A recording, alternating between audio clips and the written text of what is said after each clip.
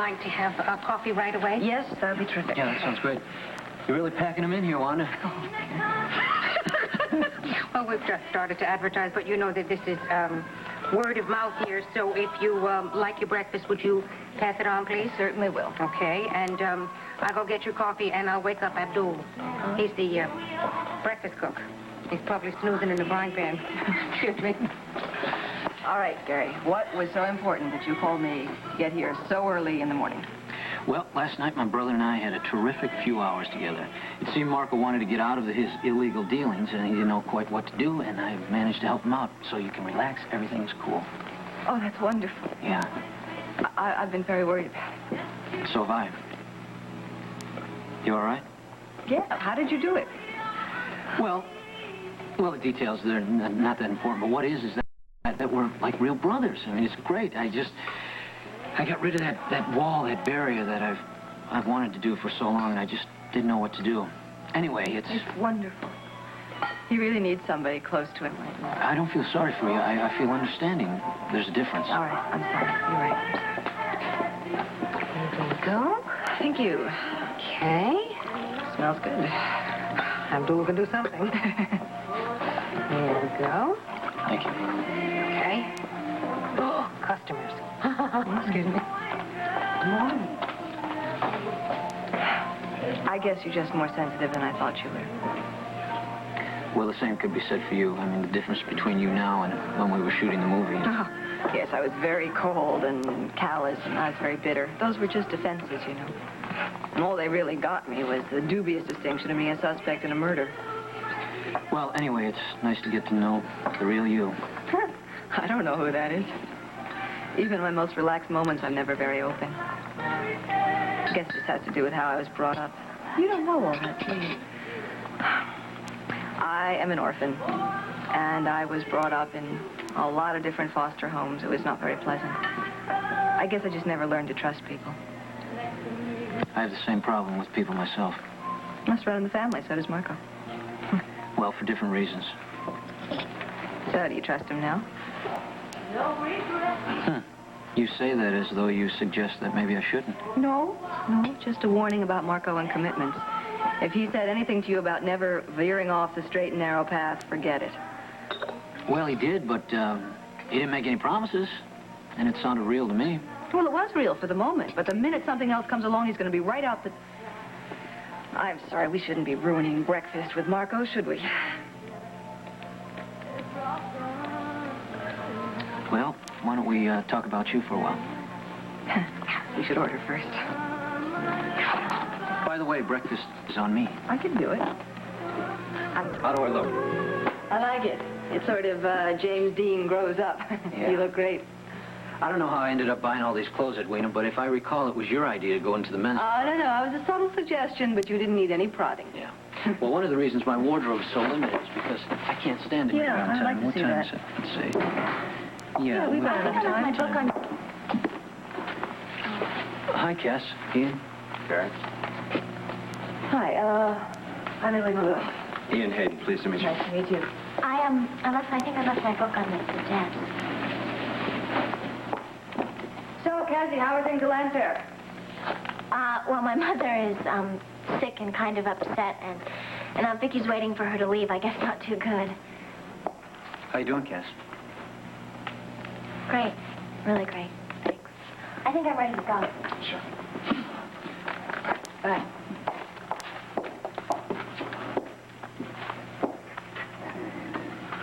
A little tension in this room, huh? Yeah. How are you? I'm all right. I guess that was a good sign, though. A good sign that she... Seriously sick woman. Pardon me, Madam, Mr. Sandberg. Oh, Winslow, thank goodness you're here. Good morning. What's going on, folks? Harassment.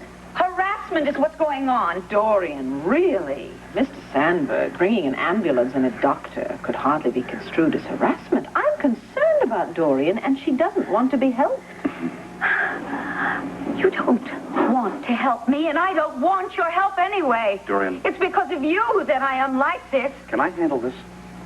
Folks, I really think it might be best if you left. And furthermore, Mrs. Riley, Since the 30-day limit which you gave to my client for vacating this house has not yet arrived, you have no right to be on these premises unless invited. Mr. Sandberg, you yourself sent me a memo to the regard that you had advised Mrs. Callison to ignore my eviction notice. Mm-hmm. Therefore, my attorney sent Mrs. Callison a memorandum indicating that we would like her to vacate by noon today since she was not dealing in good faith, and as you can see, it is almost noon. Yes. And it was shortly after that that you collapsed, am I right, Dorian? Well, with the stress and strain that Mrs. Callison has been under, no wonder. Yes. I'm starting to get a migraine now. Folks, would you please wait downstairs so that I can talk to my client alone? Please. Thank you. And you too, nurse? I'll be right outside if you need me. Yes. Thank you.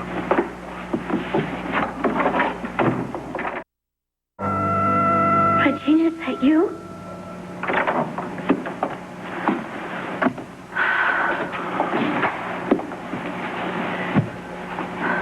Dorian, I can't tell you how badly I feel when I heard about this. Vicky tells me you can't even get out of bed. That's true. And I'm getting weaker all the time. In fact, I've just lost my voice. Oh, doggone it. That's a shame. Particularly since it's now high noon. Is it? Mm-hmm. I'm afraid it is, Dorian. And we've come to a complete impasse. Now, what are we going to do about it? I don't know what you're going to do, Vicky. But I know what I'm going to do. I'm going to stay right here in this bed until I'm better. You know, I'm really sorry. I really am sorry that you're forcing me to get nasty with you. I'm not forcing you to do anything. You are choosing to do this. It's on your conscience. And on yours, too, Clint. Well, Dorian, I just can't tell you how badly I feel now that we've reached the deadline and you can't move. Are you taking anything? Nurse Braun has gone out to have a prescription filled. Good. You know, out west, I spent some time with the Indians. Some of their remedies are truly amazing. Yes, I'm sure. Of course, they can be a little bizarre. For instance, there's one remedy where you spend an hour in bed with a rattlesnake. They claim it'll cure almost anything.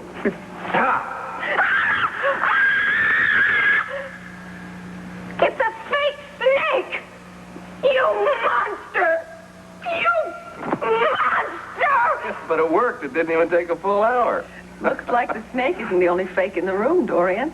Right? Now, Dorian, enough is enough. You're trespassing. Now, please get out of bed and get out of the house. I'm not going anywhere. I'm not going anywhere. I'm staying here.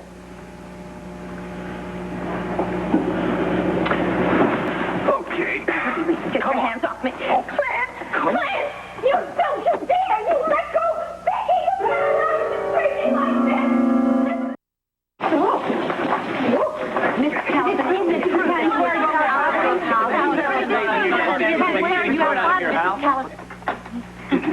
thank you all very much for coming. I will try very hard to answer all of your questions if you'll help me by just asking, speaking one at a time. Yes, Mrs. Callison, Derek Bland, National Intruder. Oh, yes, I know your word. Thank you. Mrs. Callison, possibly you could start from the very top and simply tell us the story as you remember it. All right, I'll try to be brief. I was literally dragged from my home, from my sick bed, in my nightgown, in fact, by force. If it were not for the presence of mind of my nurse who threw my stable coat over me, I would have frozen to death. Now, you hold Mrs. Riley entirely responsible for this entire situation. Is that true, Mrs. Callison? Yes, I most certainly do. In fact, the person who actually forcibly carried me out of the house was none other. What are you doing here? What am I doing here? Same thing everyone else is doing here. I am an accredited member of the press. Now, folks, I understand your enthusiasm. Mrs. Callison is and always has been good copy. However, if you're not careful, she's about to make fools out of all of you. You see, she's not being persecuted at all. She's not even sick. That's This not whole thing is an act designed to get her the attention that she so desperately needs. He's lying. That's not true. That's not true at all. Nevertheless, the situation is this. Now, Mrs. Riley has asked me to inform you that she will most cheerfully sue each and every one of your publications if you print Mrs. Callison's charges. Sue us for what, Miss Buchanan? Libel. Mr. Bland, isn't it? That's right. Bland, yes, Mr. Bland. Libel, Mr. Bland. You should know that to knowingly print the slanderous statement is to commit civil libel. So I suggest you fold up your notepads, put your little lens caps back on your little cameras, and just quietly hightail it out of here. Just a moment, ladies and gentlemen. We will see who is being slandered here. This gentleman has just suggested that I am faking. Very well. In spite of the risk to my health, I will show you all how very weak my condition is.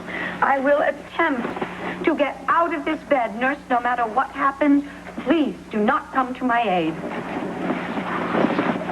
Oh.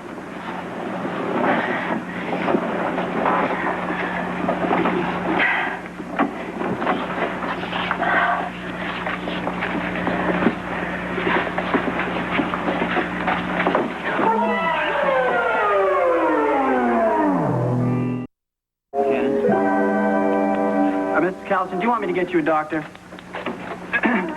Mrs. Callison, are you all right? I'll bet she's all right. She's just fine.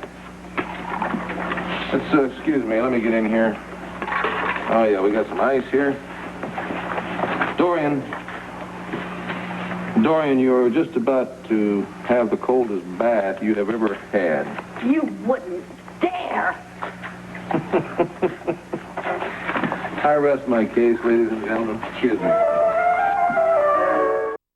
We'll have to clear all the regular furniture away from here during the ceremony, and we will need chairs if you can provide them. How many, Mrs. Riley? Well, and gentlemen, I think you should hear this. I think we should be prepared for approximately 60 guests, all right?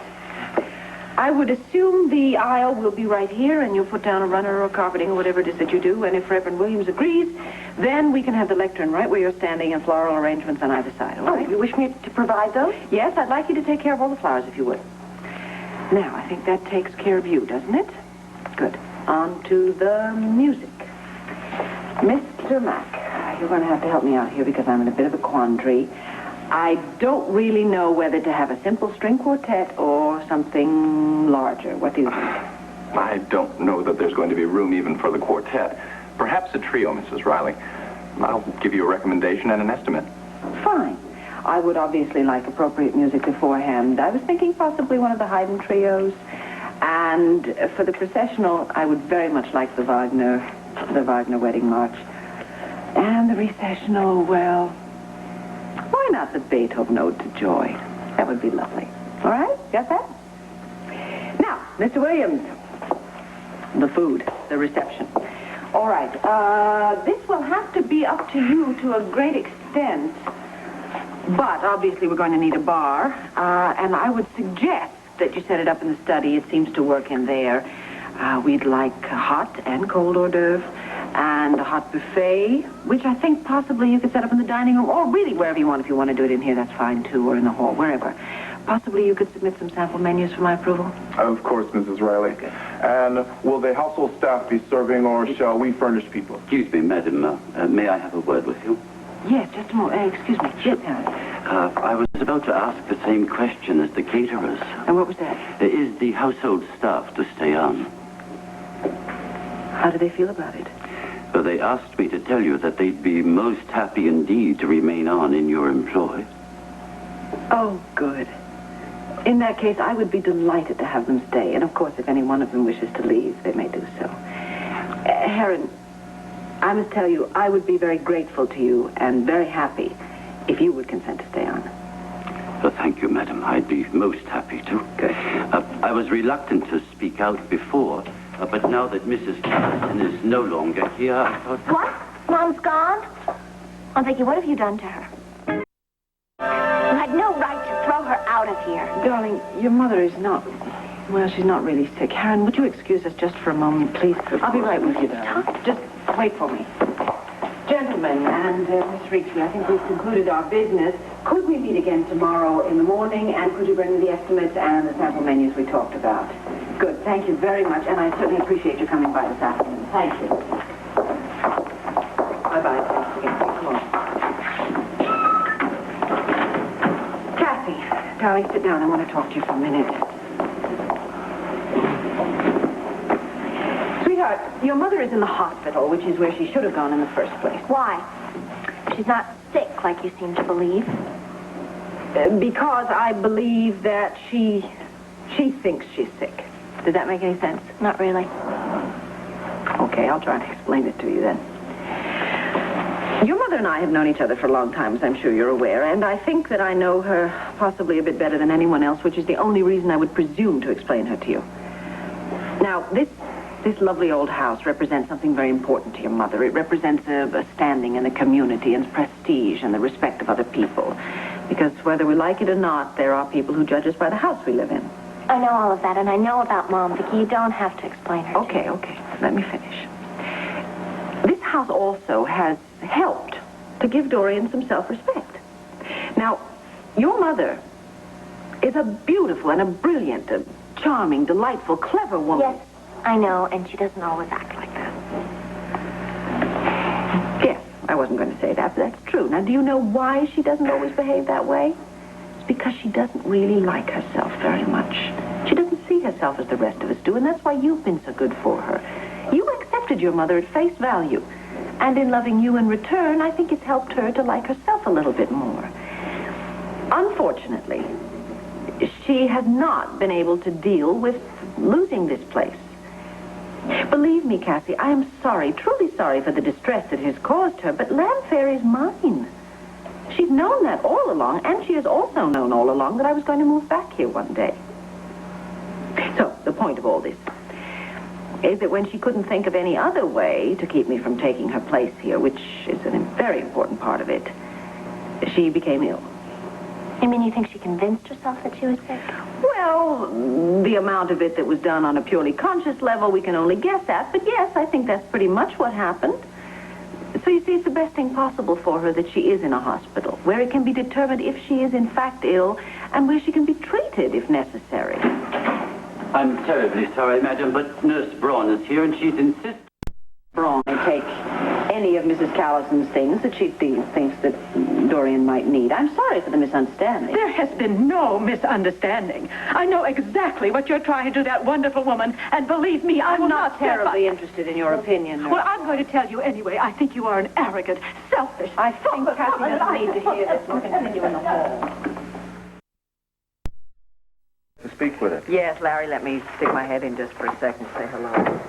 Sweetheart, listen, can you get away right now? Because I have packed up my very fragile crystal things, the things that I don't want to trust to the movers, and I thought maybe we could run them right over to Landfair before we attack your apartment. Oh, so I'm going to have the responsibility of breaking the crystal or not, huh? Don't you try it. Don't try it.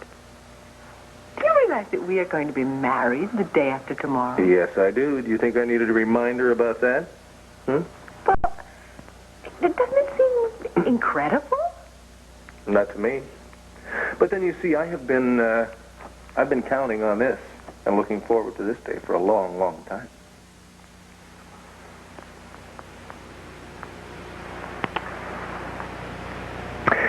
I do have to give you one little bit of bad news. What? Well, I just found out this morning that Reggie Robbins left for the ranch on Asa Buchanan's private plane. And you know what that means. Well, I can only assume it means that Asa is going through with his deal to buy the Chronicle. And I was hoping he had given up that idea. I really don't understand why he is so determined to become your enemy and mine. Well, neither do I. I'll tell you one thing, though. If he buys this newspaper, if he takes this over, I'm going to find a way to get out of my contract. I'm going to come back to the Banner, and you and I are just going to knock his socks off. We're going to run the Chronicle right out of town, and we are going to make him eat those millions that he's willing to spend to try and ruin you and the Banner. You know, it really doesn't make any sense. Do you have any idea how much money he would lose on the loan if the Banner goes into bankruptcy? There's absolutely no logic to it at all. Look, we've talked enough about Asa Buchanan. Let's you and I leave, because after all, we are two youngsters about to clean out our spare belongings and move into our tiny studio apartment.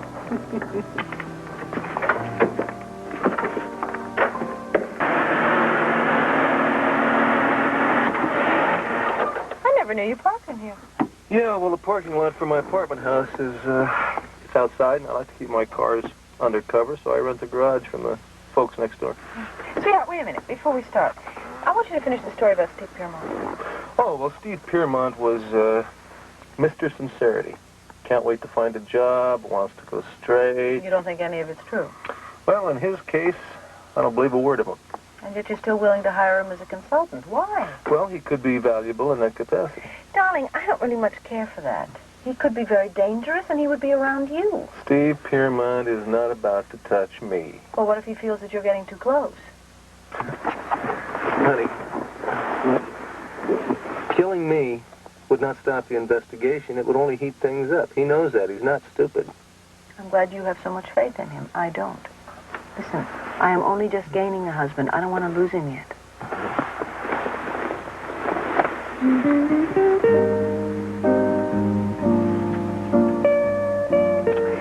One of the enormous advantages of age is that we do not have to submit to cramped quarters to do this. We can be much more comfortable in your apartment.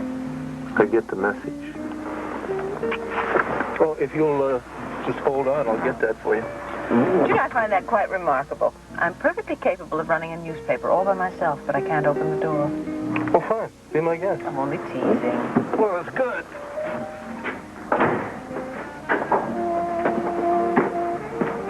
Because I was just about to let you carry the heavy box. Thank you.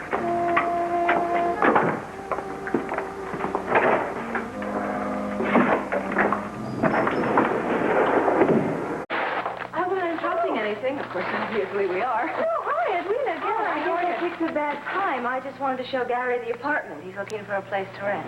Yeah, we'll come back another time. No, not at all. Hey, listen, look around. I mean, don't mind the mess, obviously, but help yourself. Look around. Bedrooms in here? Yes, it is. Kitchen is down that way, and the bathroom is at the end of the hall. Nice and roomy. Mm-hmm. The closet space is fantastic. Take a look at it. Okay. Although I hardly think a man would be interested in that, would he? Why is he leaving Mrs. Hopkins? Well, I think you better ask him that. Was he trying to put some distance between himself and Cassie? I think that's part of it, yeah. I thought she was over her crush. She's trying very hard to be over it. She's going out for very... It's a great place. A lot of room. I like it. What's the landlord's name again? Mr. Allenson Realty. Well, of course, I don't know how I would furnish this place. All I have is a couple pictures and an old reclining chair I got from a garage sale. Actually, I think we might be able to help you there. That is, if you can live with Western decor. You see, Clint and I are combining two households, both of which are vastly overfurnished. In fact, I have been trying to convince Clint to sell off some of his priceless memorabilia.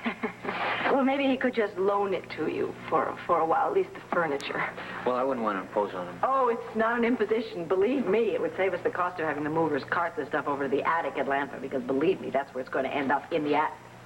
I heard that remark. Hi, sweetheart. Hi, Clint. Hey, how you doing? I was just showing Gary the apartment. He's looking for a new place to rent. Yeah, I gathered. And I have told him that if he can live with the ghosts of Wyatt Earp and Marshall Dillon, he might be right comfortable here.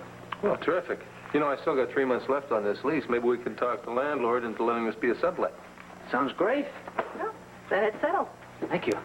Good. So, is there anything we can do to help you? Not a thing. You can sit and keep us company. No, really, Mrs. Riley, we can... Gary, I changed my mind. There's something you can do for me. You can call me Vicky. I'm only going to be Mrs. Riley for another 2 days or so. Also, if you're very determined to help, then, excuse me, please, you can take all those books and put them in that box. You got it. On the condition that you kind people agree to have dinner with us at Landfair tonight after we finish schlepping all this stuff over there. In fact, you got the promise, or you can't touch anything. All right, okay. Can you stand there? Thank you. Yeah, I've been looking forward to having dinner at that place. Mrs. Callison said she'd invite me over quite a few times, but never really followed through. Well, then that's settled. Vicky, wouldn't you ever learn a word like schlepping? Are you kidding? That men always try and tell us how to start a car as if it was some unbelievably complicated procedure. Vicky, why don't we load the station wagon first, and Edwina and I can go on ahead while you and Clint close up here. Okay. Yeah, that's a good idea. Let's get these heavy boxes first. Okay. Well, I'm surprised. I really hated the thought of going off on our honeymoon with her lying there in the hospital looking so dreadful, woe-begone. Are you going to pack this or not? Yeah, why wouldn't I? I didn't really see it in the library at Landfair. Well, if you don't like it, we can put it in the attic. Oh, dear, you one of those? Well, what? A pack rat. Well, I don't think so. Why, am I? Frankly, I've always kind of liked this. I picked this up at a garage sale, a small town in Arizona. Lady that sold it to me said she got it from a Hopi Indian. Sweetheart. Made in Taiwan. Well, never mind. If you like it, we'll just pack it up, won't we?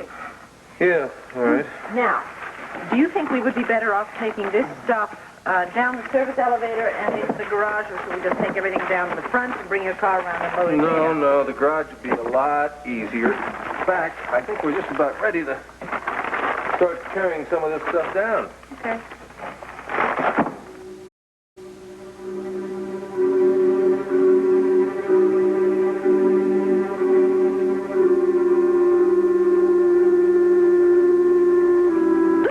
For us to have a sort of a Western room at Landfair and make it a sort of a hideaway for you.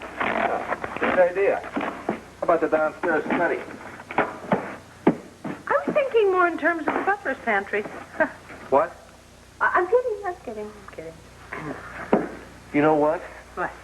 I think it's very generous of you to give me the downstairs study. I think this marriage is going to work out just fine.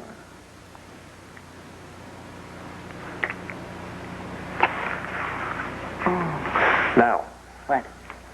If you'll open that door for me, I'll start lugging some of this stuff down to the garage. I think I can manage that. Okay.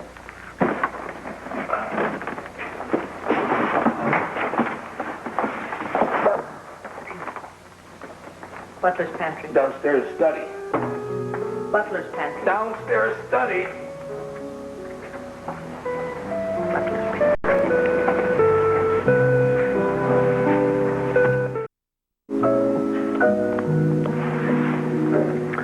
So, favorite little bride-to-be.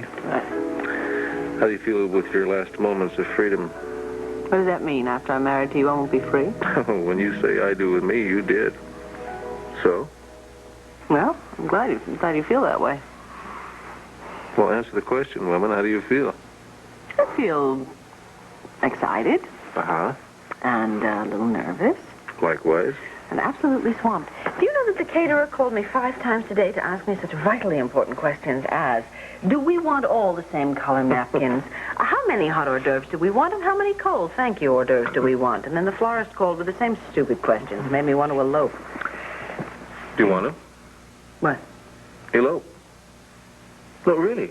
Takes 10 minutes, $20, and you're married. No, I don't want to elope. I got $20. Oh, that's the big expense. You can wait another day and a half, can't you? Want me to be honest? Mm-hmm. I wish we were married right now. Oh, so do I.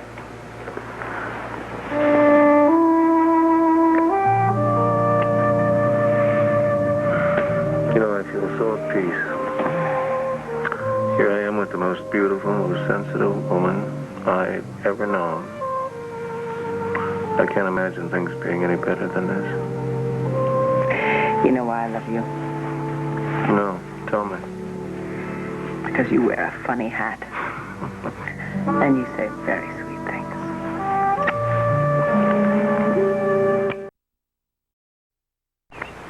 Don't you want to pop the hood latch? Yeah, right.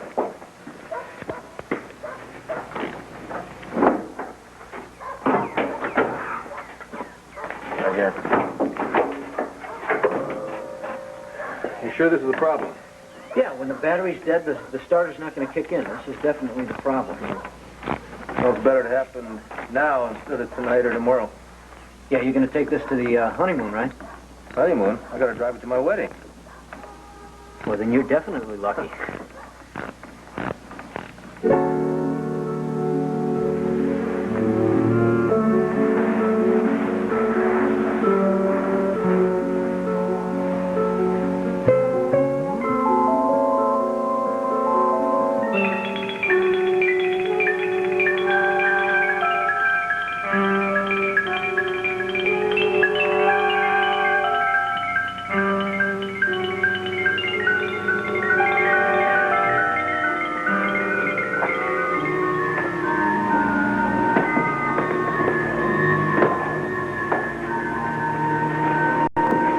Vicky, it's time. Pat, why are you wearing black? But music, that's not the wedding march. It's all right, Vicky. Come on.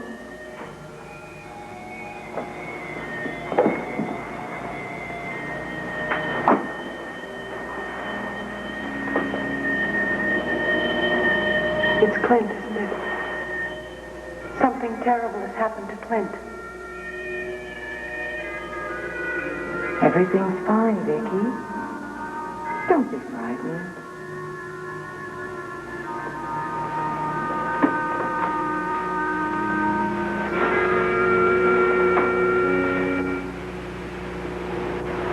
He's dead, isn't he? Clint is dead.